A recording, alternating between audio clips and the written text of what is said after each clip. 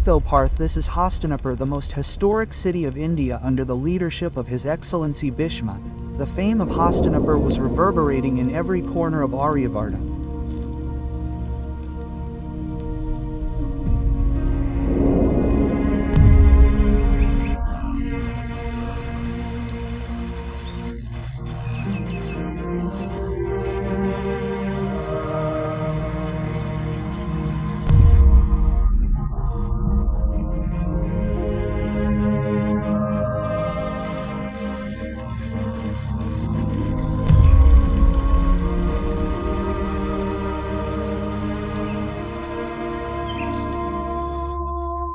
His glory was illuminating the entire Aryavarta like the rays of the morning sun.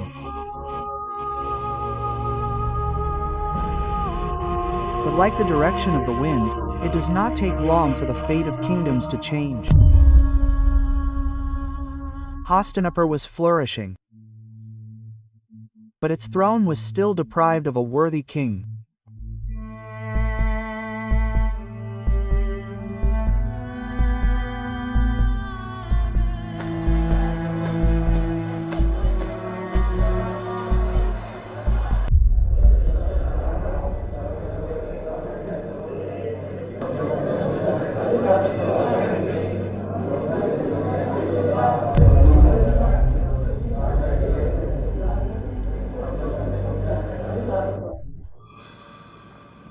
Quiet.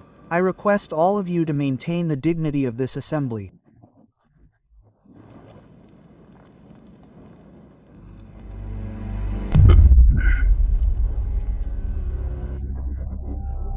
Due to the unfortunate demise of King Vichitravir, this throne of Hastinapur has become devoid of its king.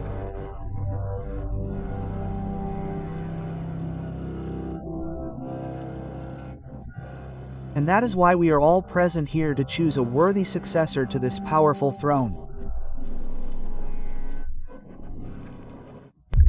Pranapat, His Excellency, in my opinion Dhritarashtra, being the eldest, is the worthy successor to this throne.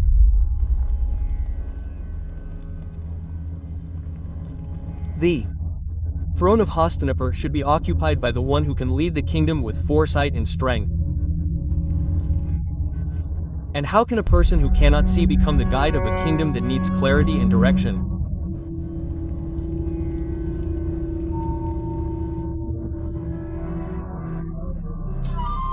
Oh my dear assembly members, what a fair thought of yours. Punishing someone for the lack of something he was born with.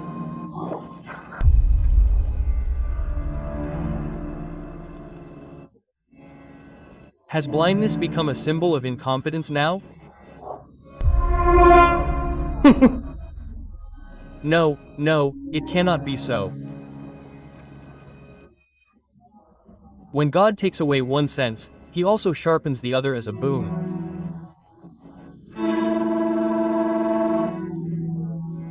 And our crown prince Dhritarashtra has been blessed with such a sight that he sees with his heart. He sees very far.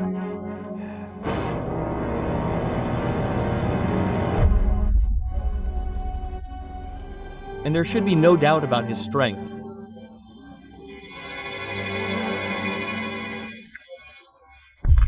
Has this assembly ever seen such a strong man except His Excellency Bhishma?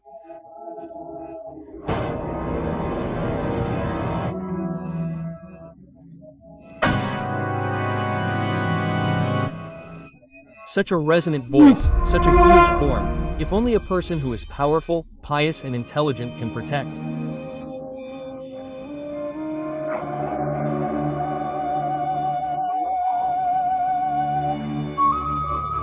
Then what is the question?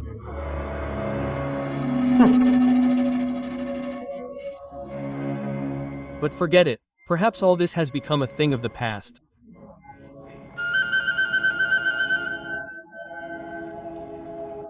Perhaps now being an eldest son is no longer a right.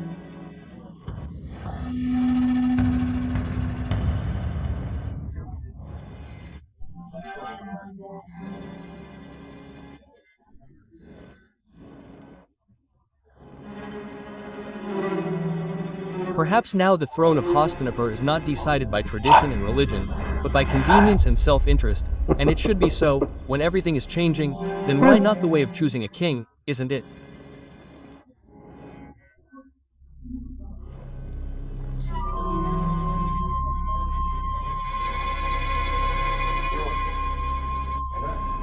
Your Excellency Bish. Shakuni, you have no right in the matter of our clan. It would be better if you keep your opinion to yourself only. Excuse me, Your Majesty. But when it comes to the rights of my sister and her family, it is my duty to oppose. And following Dharma is of utmost importance. Isn't it, Your Majesty? And can anyone understand this better than the great knowledgeable Vidar? Yes. I can also answer this question of yours, Yuvraj Shakuni. Dharma is sometimes harsh, but it also becomes the true guide. And when it comes to the leadership of the state, priority should be given to qualities and not age and birth. And when it comes to the scriptures, they are clear. A person who is blind from birth can never become a king.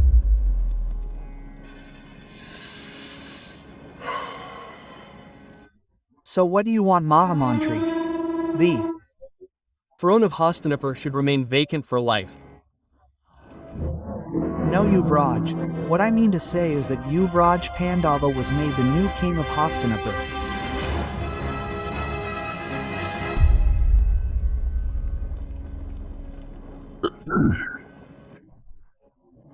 We have no doubt about Vidar's loyalty and his foresight towards the prosperity of Hastinapur.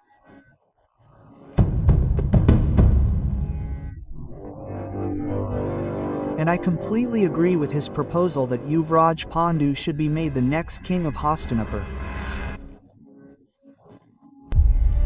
Maharaja Pandu ki hail, Maharaja Pandu ki hail, Maharaja Pandu ki hail, Maharaja Pandu ki hail, Maharaja Pandu ki hail, Maharaja Pandu ki hail, Maharaja Pandu ki hail, Maharaja Pandu ki hail, Maharaja Pandu ki hail.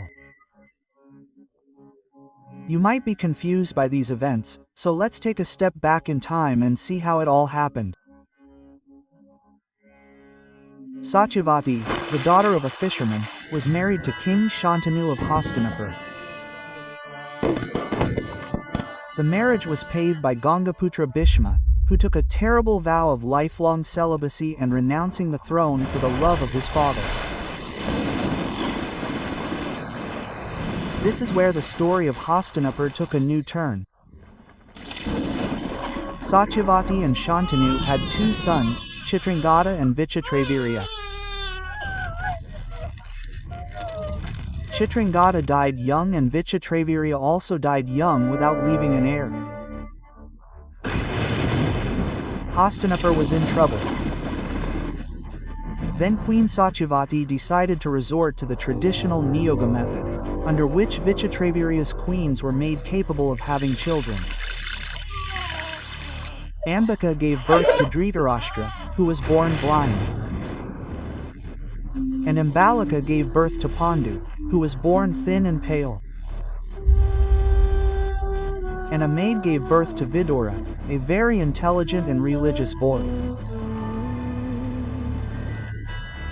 Later, Dhritarashtra was married to Gandhari, who accepted her husband's blindness as her own and blindfolded herself. Dhritarashtra, though, was the eldest, but it was not possible to hand over the throne to him due to his blindness. As per the opinion of the assembly and the policy of Vidura, Pandu was declared the next king of Hastinapur. Pandu was brilliant, valorous, and his popularity had also started increasing.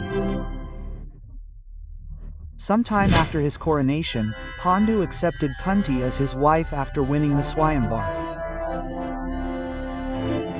Kunti was the epitome of penance, sacrifice, and faith. After some time, Pandu married a second time. This was an important alliance for political balance with Madri, the princess of Madra country. But gradually an uneasiness started developing within Hastinapur. Dhritarashtra was deprived of the throne, and the growing prestige of Pandu began to create a subtle distance between the two brothers. Emotions were silent, but bitterness was slowly making its place. And from here began the root that later became the cause of the conflict between the Kauravas and the Pandavas.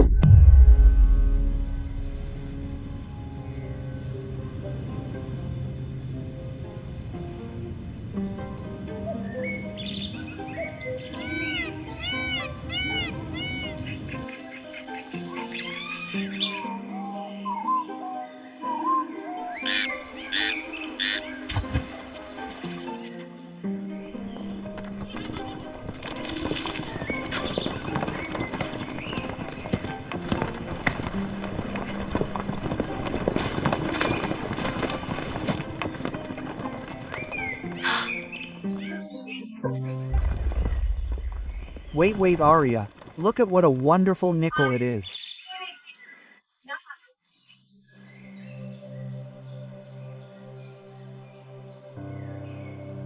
With this it will Adorn my throne. Have you brought it, Arya? No, no. We cannot kill such an animal. If it has a family, then it will become an orphan. It is not unusual for Aryan kings to go hunting. I have only asked for a deer. No kingdom? Madari, please be quiet. I will bring that deer for you. You people wait for me here.